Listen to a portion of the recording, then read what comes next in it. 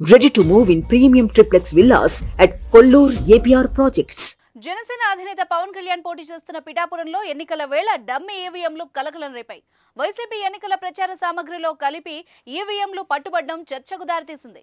కాకినాడ నుంచి పెద్ద ఎత్తున వైసీపీ ఎన్నికల ప్రచార సామగ్రిని తుని తరలిస్తుండగా పిఠాపురం బైపాస్ రోడ్డు వద్ద ఫ్లయింగ్ స్క్వాడ్ అధికారులు వీటిని పట్టుకున్నారు. ఆ వాహనాన్ని అధికారులు సీజ్ చేశారు. ఇవి పూర్తిగా ఎలక్ట్రానిక్ విధానంలో ఉండడంతో వీటిని ఎందుకు తరలిస్తున్నారన్న దానిపై ఉత్కంఠ నెలకొంది.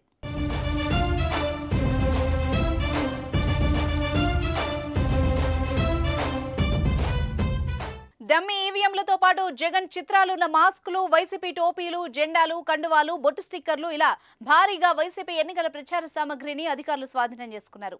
ఎటువంటి రవాణా అనుమతులు లేకపోవడంతో సీజ్ చేశామని జీఎస్టీ అధికారులకు అప్పగించి కేసు నమోదు చేయిస్తామన్నారు. అయితే ఎలక్ట్రానిక్ విధానంలో ఉన్న ఈవీఎంలపై మాత్రం అధికారులు ఎటు తేల్చలేదు. దీనిపై ఎన్నికల ఉన్నతాధికారులకు ఫిర్యాదు చేస్తామని ఫ్లయింగ్ స్క్వాడ్ అధికారులు తెలిపారు. భారీ ఎత్తున డమ్మీ ఈవీఎంలు పట్టుబడిన సంగతి తెలుసుకున్న టీడీపీ నేత వర్మ అక్కడికి చేరుకుని వాటిని పరిశీలించారు. ప్రభుత్వ తీరుపై మండిపడ్డారు. పవన్ ఓటమికి సీఎం జగన్ కుట్ర చేస్తున్నారని ఆగ్రహం వ్యక్తం చేశారు.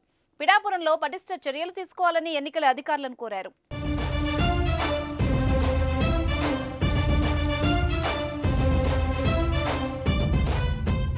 పవన్ పోటీ చేస్తున్న నేపథ్యంలో రాష్ట్రం మొత్తం పిఠాపురం వైపే చూస్తోంది. 2019 ఎన్నికల్లో గాజువాక, భీమవరంలో ఓటమి చవిచూసిన జనసేనాని పిఠాపురంలో గెలిపే లక్ష్యంగా ముందుకు దూసుకెళ్తున్నారు.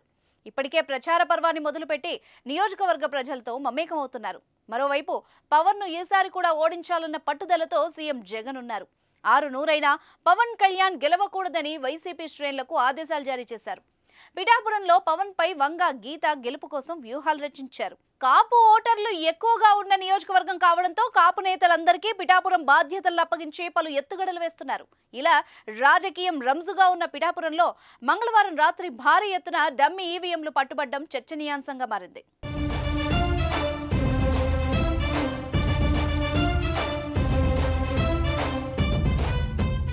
సుమన్ టీవీలో మీ పర్సనల్ అండ్ బిజినెస్ ప్రమోషన్స్ కోసం కింది నెంబర్కి కాంటాక్ట్ చేయండి.